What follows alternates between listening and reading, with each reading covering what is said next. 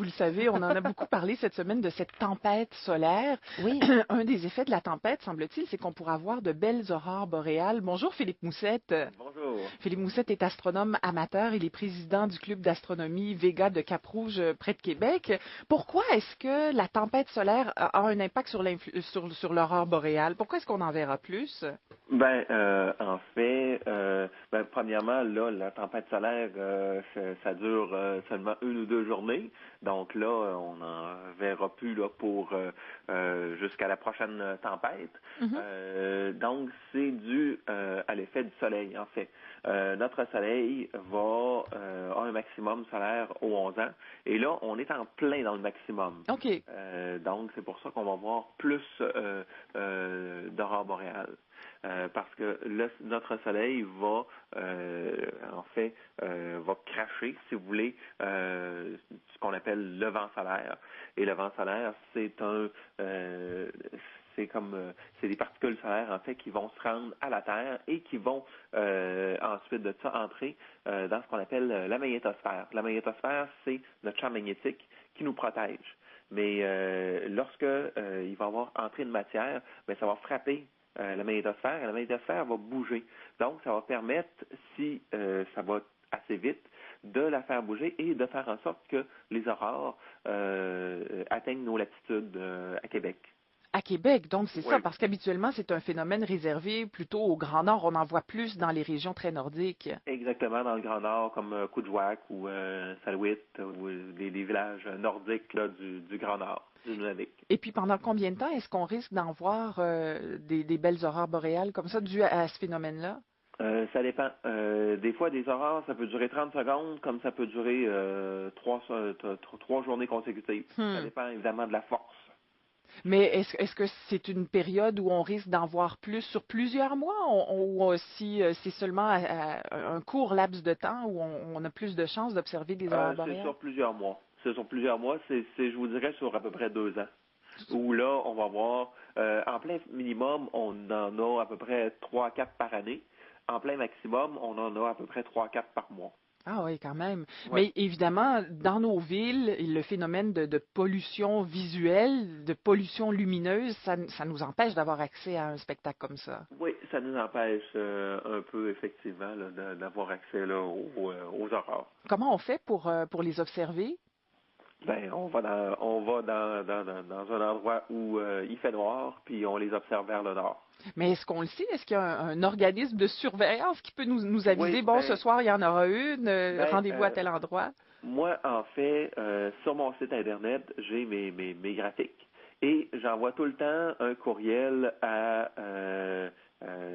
aux gens là, qui sont sur mes listes courriels. J'ai à peu près 1000 personnes là, qui sont sur mes listes courriels, sur mon groupe Alerte aux aurores. Et c'est ça, j'envoie un message lorsqu'il y a des aurores, lorsqu'il y a probabilité d'aurore. Est-ce que, Monsieur Moussette, parce que vous êtes auteur du livre Les yeux tournés vers le ciel, vous Oui, faites aussi de la photo, est-ce oui. que les aurores boréales, c'est un phénomène difficile à photographier? C'est pas difficile à photographier. C'est juste qu'il faut être là dans le bon temps.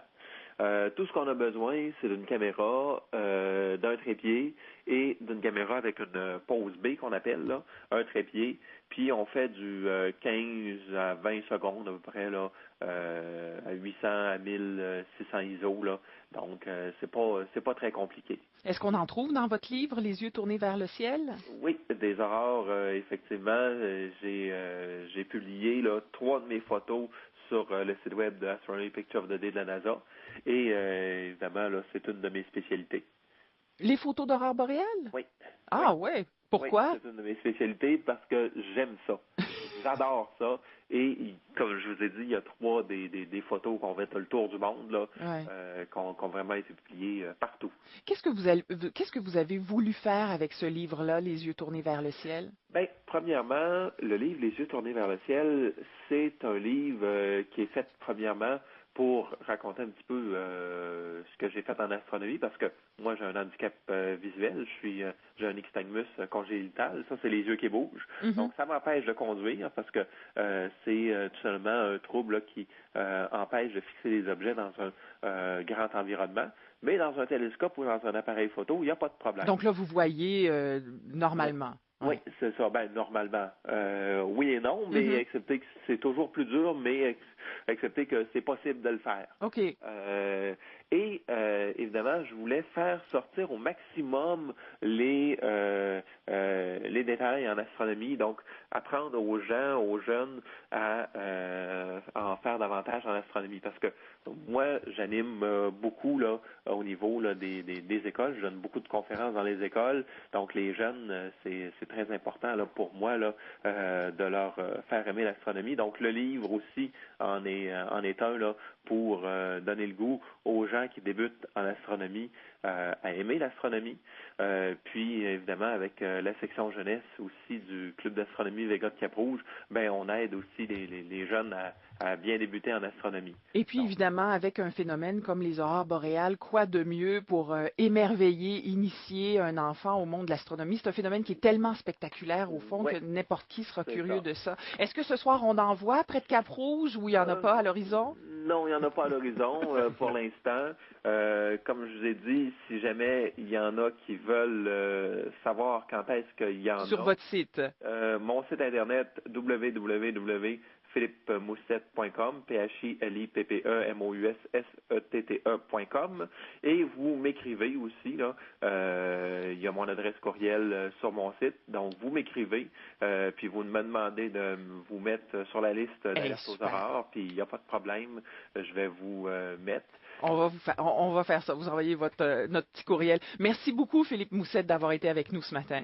Merci. Merci, au revoir.